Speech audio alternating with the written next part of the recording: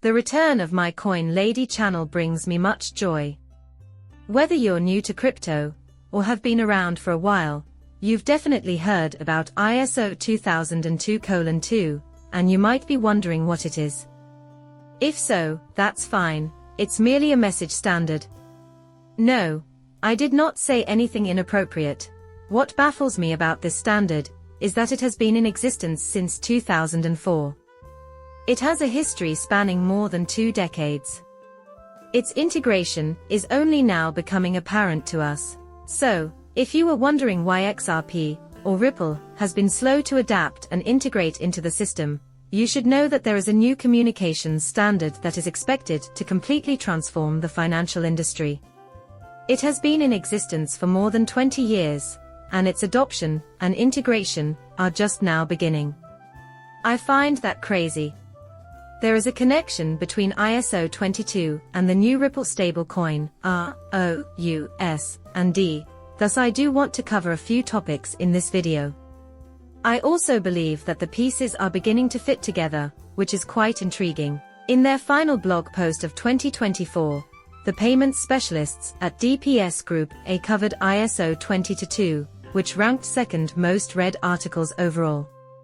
Will the MX coexistence period be shortened in 2002? Because, once again, this is altering message transmission, particularly in the context of financial transactions. As a result, it will undoubtedly cause some changes.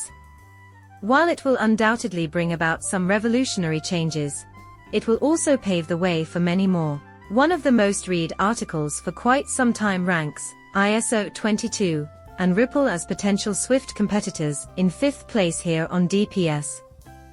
I went ahead and summarized it using ChatGPT, because there's a lot of information here. In May of 2020, Ripple will become a member of the ISO 22 standards body, joining the ranks of the first DLT firm to adopt the universally accepted method of electronic payment. ISO 22 is an international standard for payment data that intends to supersede SWIFT's old messaging system. It will provide standardized, high-quality communication for international and high-value payments. As a member of Ripple's, its net platform can communicate with financial institutions throughout the world via a standard API, which streamlines cross-border payments, makes integration easier, and lowers costs. Issues with high fees, sluggish transaction speeds, and the necessity for human intervention are some of the main problems with cross-border payments, but RippleNet uses DLT to solve these problems.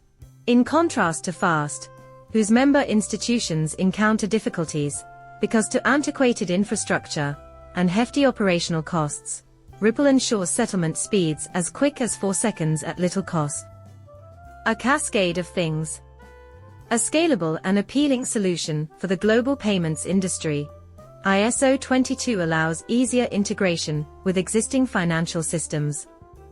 Although ISO 22 is merely a message standard, it is the first of its kind to compel large financial institutions, banks, and other market leaders to integrate and begin to improve their internal operations.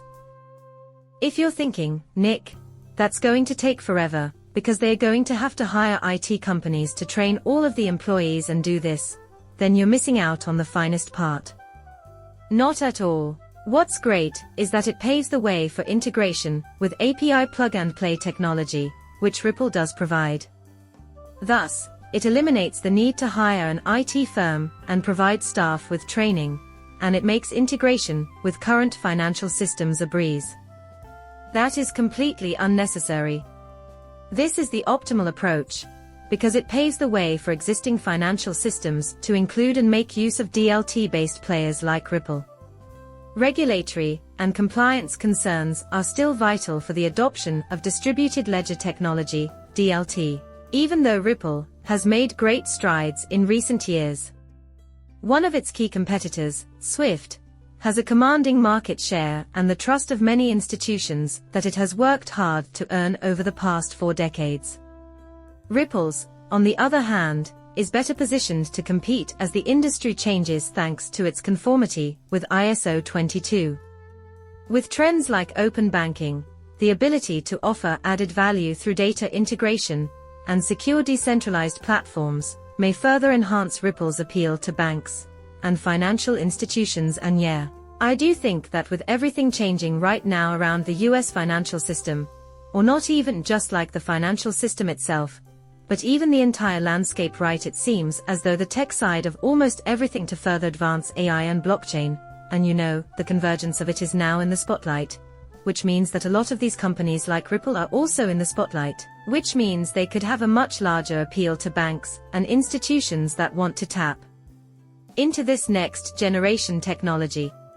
But also remember that Ripple put out a one-pager on ISO. This was a complete overview of it. And the world is converging on a new global standard, ISO 22, the de facto global data standard for modern data, or modern payments. And yeah, this is going to change the data around payments. It's going to allow it to be more interoperable, more transparent. It's simply changing the way that, payments are basically broken down, right? I don't want to say made, because that's what DLT is actually doing. It's changing the way that money is moved and how transactions are settled. This is more so the messaging side of it, which messaging is just the thing that Swift actually focuses on, which I always said, Swift is not competing with Ripple, because Ripple doesn't care about the messaging side.